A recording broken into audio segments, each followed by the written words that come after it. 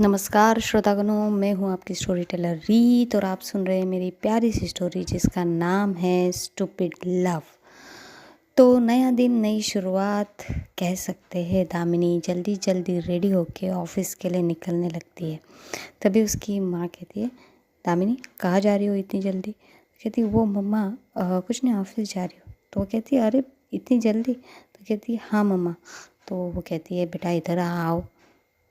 तो वो अपनी माँ के पास जाती है और कहती है जी माँ। तो कहती है तुम इतनी जल्दी क्यों जाना चाहती हो? कहीं तुमने आज सॉरी और थैंक यू कहने के बारे में सोच तो नहीं लिया है ना? तो दामिनी अपनी मम्मा की तरफ देखती है और कहती है सोचा तो है मम्मा, पर तो उसकी मम्मा जो है वो हंसने लगती है और कहती है सोचा है यही बड़ी बात है, अब तुम कहोगी कैसे वो सोचा है तुमने? तो कहती कुछ ना कुछ कर लूँगी मम्मा। तो वो कहती ठीक है जाओ। तो वो खुद से ही कहती है कि पता नहीं ये कह भी पाएगी या नहीं, और हंसने लगती है। तो दामिनी जो है वो ऑफिस आ जाती है। अब जब वो ऑफिस आती है तो देखती कि रितिका तो आ ही चुकी थी और वो रितिका के पास जाने लगती है। तभी क्या होता है, ऑफिस के सारे लोग रितिका के डेस्क के पास आ जाते हैं और उसे कॉन्ग्रेचुलेट करने लगते कि कॉन्ग्रेचुलेशन रितिका, तुमने बहुत अच्छे से काम किया। मतलब बहुत सारी उसे शुभकामनाएं दे रहे थे सब लोग कि उसने अच्छे से प्रोजेक्ट कंप्लीट कर लिया है इसलिए। तो दामिनी को तो अब कॉन्ग्रेचुलेट भी बोलना था और सबसे बड़ी बात सॉरी बोलनी थी। पर इतने सारे लोगों को देख के फिर वो अपने केबिन में चली जाती है और अपने डेस्क पे जाके बैठती है और इंतज़ार कर रही थी कि सब लोग कब अपने कॉन्ग्रेचुलेशन कह के वहाँ से चले जाए। पर अब ऑफिस के लोग हैं, वो इतनी जल्दी थोड़ी ना जाने वाले थे। वो रितिका से बहुत सारी बातें करते, कहते कि पार्टी चाहिए ये वो। तो रितिका स्माइल करके सबसे बातें कर रही थी। इसी बीच दामिनी बहुत बार जो है रितिका के डेस्क की तरफ, हाँ कह सकते हैं कि दरवाज़ा खोल के देख चुकी थी। और ये सिर्फ रितिका गौर कर रही थी कि दामिनी जो है वो क्या कर रही है।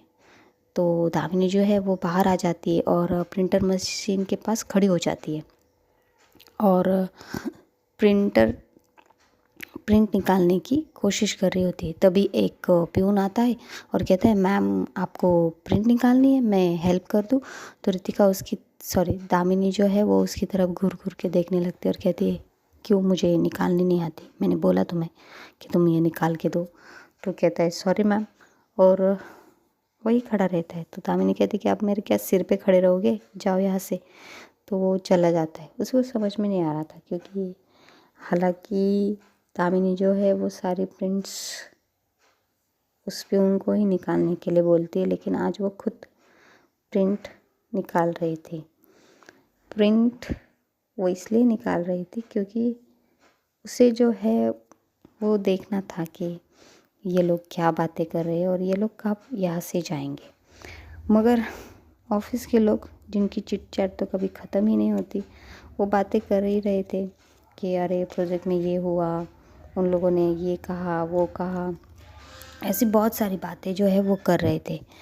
तो दामिनी को अब गुस्सा आने लगता है क्योंकि वो वहाँ पर बहुत वक्त से खड़ी थी। तो वो क्या करती है, जो मशीन है उसके बटन्स दबाने लगती है प्रिंट निकालने के लिए, लेकिन वो भी नहीं आ रही थी। तो उसका गुस्सा बढ़ता जा रहा था। तो वो क्या करती है, उसे ऐसे मारने लगती है, ऐसे धीरे धीरे कि चल जा चल जा चल जा। तो वो हो नहीं रहा था और ये सब रितिका उदास से देख रही थी। उसे हंसी भी आ रही थी क्योंकि प्रिंटर मशीन चलाना ये ये नहीं हो रहा था किसी से, और क्यों नहीं हो रहा था ये सबको समझ में आ रहा था। तभी रितिका उठती है और जाती है और कहती कि ये ऐसे नहीं होगा, 1 मिनट। और वो जो है वहाँ पे जो स्विच था जो बंद था उसे ऑन करती है और फिर प्रिंट निकालती है। जैसे ही प्रिंट आती है तो जो दामिनी वो कहती थैंक्स। तो रितिका देखने लगती, बोलती क्या मैंने कुछ गलत सुन लिया, थैंक्स कहा आपने? तो दामिनी कहती कि हाँ मैंने थैंक्स ही कहा है, तुमने मुझे ये प्रिंट निकाल के दी इसलिए। तो कहती है, वो स्माइल करती है और कहती है वेलकम, और चली जाती है वहाँ से। अब ये था कि एक टास्क तो कंप्लीट हो गया था थैंक्स कहने का, अब कहने की बारी थी सॉरी। तो जो दामिनी है वो अपने केबिन में आके बैठ जाती है और कुछ सोचने लगती कि सॉरी कैसे बोला जाए। तो वो क्या करती है, फ़ोन करती है और जो प्यून है उससे कहती है कि तुम ये फाइल से वो लेकर आ जाओ। तो वो लेकर आ जाता है, फिर वो अपना काम करने लगती है। लेकिन उसकी सोच वही ठहर चुकी थी कि थैंक्स तो इतनी मुश्किल से कुछ ना कुछ करके उसने कह दिया है, अब सॉरी कैसे कहेंगी। तो वो क्या करती है, अपने केबिन में बुला लेती है रितिका को और उसे कुछ काम बोलने के लिए लगती कि हमें ये करना है वो करना है, ऐसा बोल रही थी। तभी वो बोलते बोलते फिर वो ठहर जाती है और सामने रितिका की तरफ देखने लगती। तो रितिका अपने कुछ फाइल्स को के पन्ने आगे पीछे कर रही थी। तभी दामिनी कहती कि सॉरी। तो रितिका के हाथ रुक जाते और वो दामिनी की तरफ देखने लगती है और वो ऐसे कह रहे, ऐसे प्यार से देखती कि क्या कहा आपने। और तभी दामिनी जो है वो कहती है सॉरी लेटर लिखना है मिस्टर खन्ना के लिए, उनका हमने जो पिछला ये था वो डिले हो गया था इसलिए। तो रितिका जो है वो हंसने लगती है, उसे समझ में आ गया था कि सॉरी उसे कहा गया था, लेकिन अब दामिनी ये मानेगी तो ना। तो रितिका हंसने लगती है और कहती है जी मैम, मैं सॉरी लेटर अभी टाइप करके लेकर आती हूँ। और वो केबिन से बाहर चली जाती है और जो हमारी दामिनी जी है वो अपना सिर अपने टेबल पे रख देती है और कहती है शिट शिट शिट, मैंने कह दिया था लेकिन मैंने क्यों फिर आगे वो सेंटेंस बोल दिया। भाई इतना मुश्किल क्यों है ये सॉरी और थैंक यू कहना। भगवान जी प्लीज़ मेरी हेल्प कीजिए कि मैं उसे ये 2 शब्द कह सकूं। और दूसरी तरफ दिखाते हैं कि सुबह हो चुकी थी, समायरा और अवनी रेडी हो चुके थे क्योंकि अब उन्हें मुंबई वापस आना था। तो अवनी कहती है समायरा देखो, हम डॉक्टर के पास चल सकते हैं, पहले हम डॉक्टर के को दिखाएंगे फिर उसके बाद फ़्लाइट लेंगे। लेकिन समायरा कहती नहीं अवनी इतना कुछ नहीं, चलो। और फिर वो फ़्लाइट से मुंबई की तरफ निकल आते हैं। अब दिखाते हैं दोपहर हो चुकी थी और दामिनी की पूरी सुबह और दोपहर तक का वक्त ऐसे ही चला गया था। थैंक यू और सॉरी कैसे बोले ये सोचते सोचते, पर उसे कुछ भी समझ में नहीं आ रहा था। तो वो क्या करती है, फिर फ़ोन लगाती है रोशनी को और उससे बातें करने लगती है कि बेटा आप कैसी हो ऐसा वैसा। तो रोशनी बात कर रही थी अपने दी से। तो धीरे से दामिनी कहती कि रोशनी एक्चुअली मुझे तुम्हारी एक हेल्प चाहिए थी। तो रोशनी बड़ी खुश हो जाती है क्योंकि दामिनी दी को मेरी हेल्प चाहिए तो ऐसा। तो वो कहती हाँ दी बोलिए ना, मैं आपकी हेल्प करने के लिए रेडी हूँ। तो वो कहती कि वो क्या है ना, एक्चुअली मुझे किसी को सॉरी बोलना था तो मैं कैसे बोलूँ। तो रोशनी शॉक, दामिनी दी को सॉरी बोलना है। तो वो कहती दी आप ठीक तो हो ना, आपकी तबीयत तो ख़राब नहीं है ना। तो दामिनी कहती ऐसा क्यों। तो कहती क्योंकि दामिनी दी किसी को सॉरी कहना चाहती है। तो वो कहती है रोशनी तो मेरी हेल्प करने वाली है या नहीं। अगर अवनी का फ़ोन चालू होता तो मैं उसे ही पूछ लेती। तो कहती ओह सॉरी सॉरी दी, आप गुस्सा तो मत कीजिए दी, आप पहले तो ये गुस्सा करना छोड़ दीजिए और फिर सॉरी कहना सीख ली जाएंगी। तो कहती तो मुझे अब तुम मुझे सिखाने बैठी है क्या। तो कहती नहीं थी, मैं आपको क्या सिखाऊंगी। अच्छा ठीक है, आपको सॉरी कहना है तो आप ये एक काम कीजिए, आप उस इंसान को लंच पे क्यों नहीं लेकर जाती, तो शायद आपको कहने की ज़रूरत ना पड़े और वो इंसान समझ जाए कि आप उसे सॉरी कहना चाहती है। तो दामिनी को भी जो है ये सुझाव अच्छा लगता है।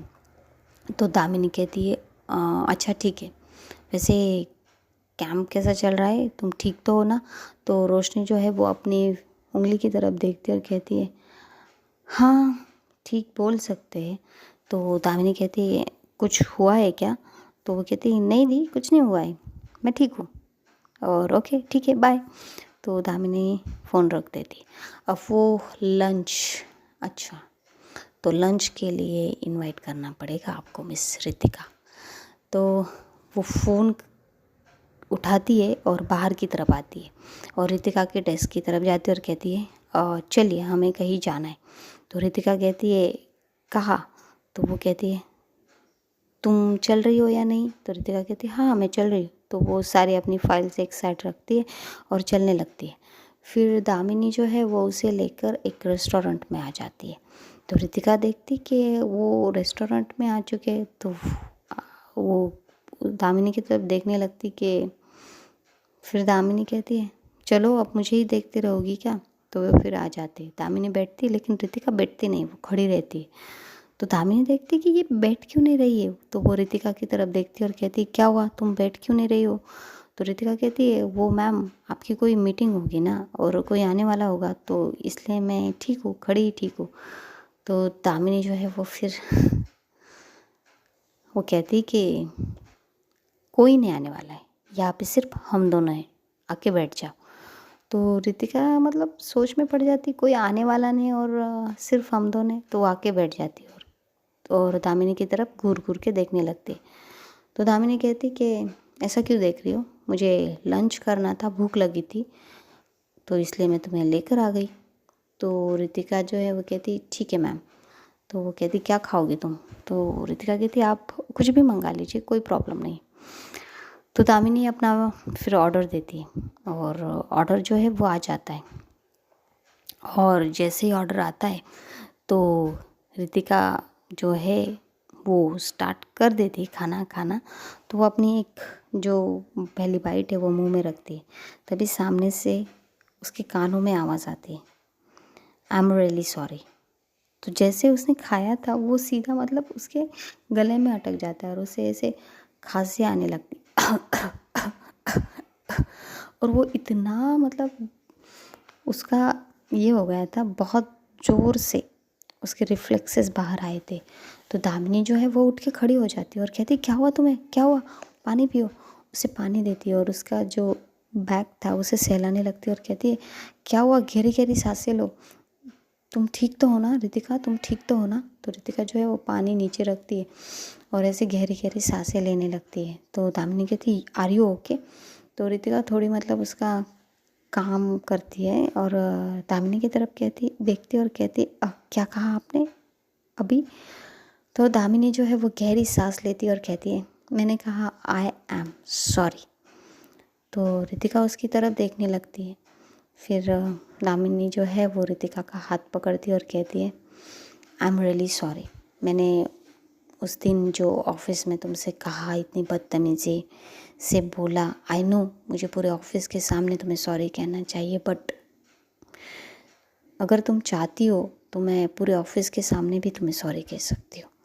तो रितिका जो है उसके चेहरे पे थोड़ी सी स्माइल आ जाती है। वो कहती है कि नहीं, आपने ऐसे बोला यही बहुत बड़ी बात है, आपको पूरे ऑफिस के सामने मुझे सॉरी कहने की कोई ज़रूरत नहीं। और आपने उस वक्त जो भी कहा था शायद सही ही था, मेरी गलती इतनी बड़ी थी। आप तो इतनी अच्छी है कि आपने मुझे सिर्फ कहा, अगर आपकी जगह पे मैं होती तो मैं शायद आपको ऑफिस से सीधा बाहर फेंक देती, जितनी बड़ी गलती थी। और हंसने लगती है। तो दामिनी कहती है सच में मतलब मुझे तुम्हें ऑफिस से बाहर फेंकना चाहिए था। तो रितिका कहती है हाँ फेंकना तो चाहिए था, लेकिन अच्छा हुआ ना आपने मुझे फेंका नहीं, वरना आपका प्रोजेक्ट कंप्लीट कैसे होता। तो दामिनी कहती है हाँ वो तो है, अगर मैंने तुम्हें अपने ऑफिस से फेंक दिया होता तो मेरा प्रोजेक्ट कैसे कंप्लीट होता। तो रितिका कहती है आप खड़ी क्यों है, आप बैठ जाइए ना मैम। तो वो बैठ जाती है और कहती है और मुझे तुम्हें थैंक्स भी कहना था। तो रितिका कहती है थैंक्स। तो दामिनी कहती है हाँ वो मेरे तुमने जैसे हेल्प की उसके लिए थैंक्स। तो रितिका कहती है तो इसीलिए ये ट्रीट दी जाती है। तो दामिनी कहती है ट्रीट? तो वो कहती है हाँ ये ट्रीट ही तो है। तो दामिनी कहती है हाँ जो तुम समझना चाहो वो समझ सकती हो। तो दामिनी कहती है कि लेकिन फिर भी मैं तुम्हें फिर से सॉरी और थैंक्स कहना चाहती हूँ। तो रितिका कहती है कि वैसे मुझे पता नहीं था कि दामिनी सिंघानिया को सॉरी और थैंक्स इतने प्यार से कहना आता है। तो दामिनी जो है वो फिर कहती कि हाँ मुझे भी पता नहीं था। तो रितिका कहती क्या? तो दामिनी कहती कुछ नहीं, अब तुम्हें बोल दिया है तो अच्छा लग रहा है। तो रितिका जो है वो स्माइल करने लगती है। फिर वो दामिनी और वो जो खाना है वो इंजॉय करते हैं। और खाना इंजॉय करते करते ही रितिका दामिनी से पूछ लेती कि वैसे मैंने ऑफिस में सुना है कि आपको सॉरी और थैंक यू कहना बहुत मुश्किल है आपसे निकलवाना, लेकिन आपने तो इतना इजीली मुझसे कह दिया। तो दामिनी कहती हाँ मुश्किल तो है, लेकिन अब तुमसे कह के लग रहा है कि इतना मुश्किल भी नहीं होता है शायद। तो रितिका कहती वैसे आपको ये मुश्किल क्यों लगता है? तो दामिनी कहती है मुझे ये मुश्किल नहीं लगता, मुझे ये मुश्किल लगता है कि मैं किसी को अपनी बातों पे क्लेरिफाई करूँ। तो वो कहते हैं ना कि अगर हम किसी को क्लेरिफाई करने लगते हैं तो वो इंसान हमारे ज़्यादा ही करीब आ जाता है, और मुझे लोगों को अपने करीब आने देने से डर लगता है। तो दामिनी कृतिका कहती अच्छा, तो इसके पीछे इतनी डीप फिलोसॉफी है, मुझे पता ही नहीं था। मैं भी अब कम सॉरी और कम थैंक यू बोलूँगी, और हंसने लगती है। तो दामिनी उसे घूर घूर के देखती है और कहती कि तुम मेरा मजाक बना रही हो? तो कहती नहीं मजाक नहीं बना रही हो, मतलब तुम आप जाने दीजिए। तो वो खाना खाने लगते। दूसरी तरफ दिखाते कि जो अवनी है और समायरा है वो मुंबई आ चुके थे और उन्हें लेने के लिए गाड़ी भी आ चुकी थी। तो वो वहाँ से घर आ जाते हैं, और जैसे ही घर आते तो मिस सिंघानिया जो है वो घर पे ही थी। तो वो कहती कि अवनी तुम आ गई? तो कहती हाँ मामा मैं आ गई। तो वो कहती कैसे रहा तुम्हारा पोर्ट्रेट एग्जीबिशन? तो वो कहती कि बहुत अच्छा था मामा, आपको पता है वहाँ इतने बड़े बड़े लोगों की पोर्ट्रेट थी और मुझे बहुत अच्छा लगा, उनके बीच मेरी पोर्ट्रेट लगी और बहुत मज़ा आया। और आपको पता है मैं वहाँ से इनसे मिली उनसे मिली, ऐसे वो बहुत सारी बातें जो है वो बहुत प्यार से और स्माइल से अपनी मम्मा को बता रही थी। तो उसकी माँ भी ये सुनकर खुश थी कि अवनी को इतनी खुशी हुई वहाँ जाके, अवनी इतनी खुश है वो सब देख के, और उसने अच्छे से एंजॉय भी किया है। तो अवनी जो है वो बड़े ही प्यार से बता रही थी, और जो समायरा है वो अवनी के चेहरे की खुशी देख रही थी। वो जो छोटे बच्चे होते हैं जब उन्हें कहीं घूम कर आए तो जितनी खुशी होती है, और घर आके वो जैसे ही प्यार से अपनी मम्मा के पास बैठ के बोलते कि हमने आइसक्रीम खाई, ये किया वो किया वो किया, सेम वैसे ही बड़े ही प्यार से जो है वो अवनी अपनी मम्मा को बता रही थी कि उन्होंने आज वहाँ जाके क्या क्या किया। हाँ वो थोड़ा जो इंसिडेंट हुआ था उसे स्किप कर देती है, क्योंकि वो नहीं चाहती कि उसकी मम्मा परेशान हो जाए वो सब सुन के। तो वो उतना नहीं बताती, बाकी वो सब बताती कि उसने क्या क्या किया। फिर मिस सिंघानिया कहती अच्छा तुम दोनों थक चुके होंगे, जाओ रेस्ट कर लो। तो कहते जी। तो वो जाते अपने अपने कमरे में फिर रेस्ट करने के लिए। दूसरी तरफ दिखाते कि जो रोशनी थी वो अब उसकी जो चोट थी वो ठीक हो चुकी थी, मतलब ड्राई हो चुकी थी। तो वो पट्टी जो है वो निकाल देती है, और फिर वो किसी से पूछती है कि आपको पता है कि अमन कहाँ रहता है, अमन का स्टे कहाँ है? तो वो लोग बोलते कौन अमन? तो वो कहती वो अमन नहीं, वो क्यूज़ कंपटीशन में था, वो इंटेलिजेंट बॉय। तो कहती अच्छा अमन रॉय। तो कहती अच्छा वो रॉय है। तो कहाँ है ये मिस्टर रॉय? तो कहते कि वो इस प्लेस पे उसे जगह मिली है रहने की। तो रोशनी कहती ठीक है, फिर वो जाती है अमन के पास। तो जाती है, अमन का दरवाज़ा खटखटाती है। तो एक बार खटखटाती है, दो बार खटखटाती है, और फिर तीसरी बार जो है अमन दरवाज़ा खोलता है और कहता है कौन है भाई? तो वो देखता है कि सामने रोशनी खड़ी है। तो कहता है तुम यहाँ पे? तो कहती है हाँ मुझे तुम्हें थैंक यू कहना था, तुमने मेरी इतनी हेल्प की, मुझे क्लिनिक लेकर गए। तो वो कहता है कि अच्छा ठीक है आओ अंदर। तो वो जो है अपने साथ बुके लेकर आई थी। तो कहता है ये क्या है? तो कहते कि थैंक यू का बुके, तुम्हें थैंक्स कहना था। तो कहता है ऐसी कोई ज़रूरत नहीं वैसे थैंक्स कहने की।